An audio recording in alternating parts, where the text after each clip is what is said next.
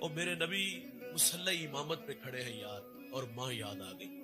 اور میرے نبی کی والدہ کب بچھڑی؟ جب حضور کی عمر 6 سال تھی۔ ابوا نامی ایک بستی آئی جہاں میرے نبی کی والدہ آ کر کے رک گئی، بخار نے آ گھیر لیا، اور آپ جان گئی کہ یہ بخار جان لے لے گا۔ وقت رخصت ام ایمن کو کہا کہ میرے بیٹے کو باحفاظت عبد المطلب تک پہنچا دینا۔ پھر حضور کو پاس بلایا۔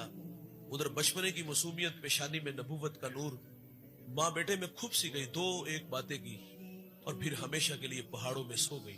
فرمایا بیٹا ہر نئی چیز نے پرانا ہو جانا ہے، ہر باقی نے فنا ہو جانا ہے۔ بیٹا میں بھی جا رہی ہوں لیکن سنو میرا ذکر باقی رہے گا، اس لیے کہ میں تیرے جیسا پاکیزہ اور ستھرا محمد چھوڑ کے جا رہی ہوں۔ سانسوں کی مالا ٹوٹ گئی، موتی فضا میں بکھرے، ماں سے لپٹے لپٹ کے روئے، ننھے ننھے ہاتھوں سے کالے پتھروں کی قبر بنائی، اس میں آنسوؤں کا چھڑکاؤ کیا۔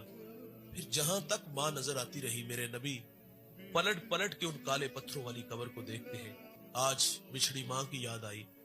میرے نبی صحابہ کو مخاطب ہو کے فرماتے ماں ہوتی نماز عشاء پڑھا رہا ہوتا، اور والدہ کو مجھ سے کام یاد آ جاتا، وہ مسجد نبوی کے دروازے پر آ کر کہتی بیٹا محمد میری بات سنو۔ میرے نبی فرماتے میں نماز توڑ کے پہلے ماں کی بات کو سنتا۔ ماں کا وقار بلند کیا۔ ماں باپ ہیں تو دوست، ان کی قدر کرو۔